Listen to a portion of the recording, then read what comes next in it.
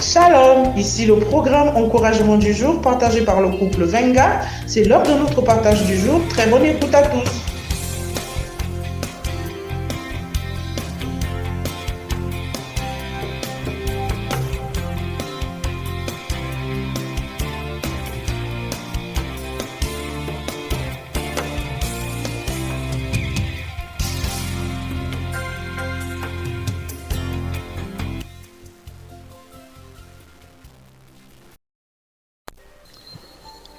Excellences, mesdames et messieurs, je suis le pasteur Léonard Nkori-Okumi. Vivement, je saisis cette opportunité qui me soit pour vous transmettre mes salutations les plus naturelles qui soient en celui qui était, qui est et qui revient certainement au regard des signes hautement précurseurs qui marque de façon probante et évidente son retour certain. Par extension, également saisi cette opportunité pour bénir l'auteur et l'inspirateur de cette vision qui a sûrement s'est servi de la puissance de son esprit pour enrôler le couple Venga qui a mis en place cette plateforme qui est une passerelle à mon humble avis garantissant l'épanouissement, le perfectionnement, l'édification du corps de Christ. Je voudrais donc rendre des hommages, des honneurs totalement appuyés à celui qui est apparu à Moïse comme étant celui qui s'appelle « Je suis ». Je voudrais donc établir le pont entre ce qui a été dit en amont et ce qui va être dit. Il s'agit d'une thématique hautement complexe, sensible et délicate. La religion et l'Église. Je voudrais donc, en ce qui concerne maintenant la suite, m'atteler, m'évertuer à lever le pan de la religion. Je n'ai pas la prétention d'explorer ce grand univers. Il s'agit de la religion. Voyez-vous, la religion, c'est un ensemble déterminé de croyances et de dogmes définissant le rapport de l'homme avec le sacré.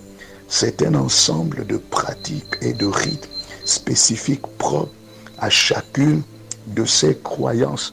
Ça veut donc dire que ce sont ces pratiques et ces dogmes qui définissent le type de rapport que l'homme doit avoir avec le sacré. Mais faut-il que l'homme puisse définir ce que c'est le sacré. Ce sacré peut être une divinité. Ce sacré peut être pour l'homme Dieu. Voyez-vous, donc ces pratiques et ces dogmes constituant la religion peuvent varier d'un milieu à un autre, d'un contexte à un autre, d'un continent à un autre, d'une nation à une autre. Donc, nous ne pouvons pas établir l'universalité. L'universalité, allais-je dire, de la religion. Nous ne pouvons pas dire que ce qui se fait dans le continent africain doit forcément se faire dans le continent asiatique ou dans le continent européen, encore moins dans le continent américain. Non, nous ne pouvons pas le faire, d'autant plus que la religion ne peut pas être universelle. Cela dépend assurément des réalités contextuelles. Donc nous avons affaire à un univers extrêmement délicat. Il s'agit de la religion. Assurément, chacun des hommes vivants en quelque lieu que ce soit sur la terre a sa religion, a sa façon de voir les choses. Nous sommes tous des religieux. Comme je dis au risque de me répéter, c'est l'ensemble des pratiques et des dogmes qui définissent la qualité des rapports que l'homme doit avoir avec le sacré. Ce sacré peut être une divinité. Ce sacré peut être un ancêtre. Ce sacré peut être un élément de la création. Ce sacré peut être le soleil, ce sacré peut être la lune, ce sacré peut être une rivière, une partie de la forêt. Bref, donc nous ne pouvons pas établir l'universalité de la religion. Nous ne pouvons pas appliquer ce qui se fait dans un continent, dans un autre continent. Ce n'est pas évident, ce n'est pas possible.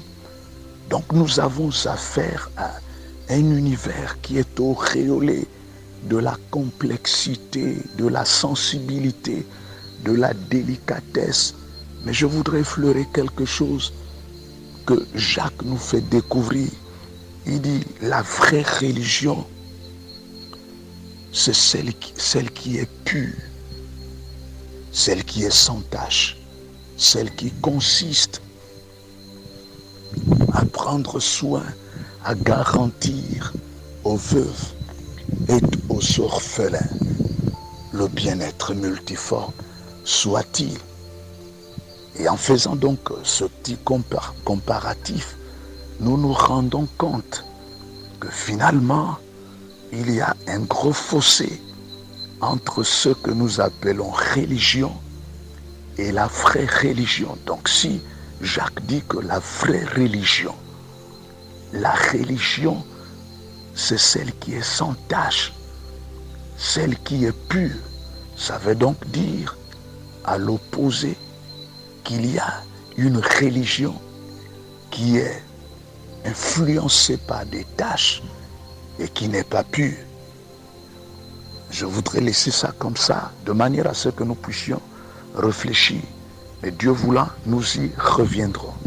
Que Dieu vous bénisse et assurément, vous avez prêté attention et je vous supplie de prendre assez de temps pour méditer et méditer encore.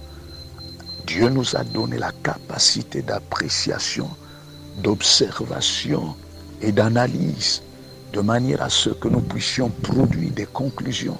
Et ces conclusions étant, assurément, établiront une base sur laquelle nous pourrons assurément fonder notre foi. Que Dieu vous bénisse. À la prochaine. Merci d'avoir porté votre attention. N'oubliez pas de partager. Que Dieu vous bénisse.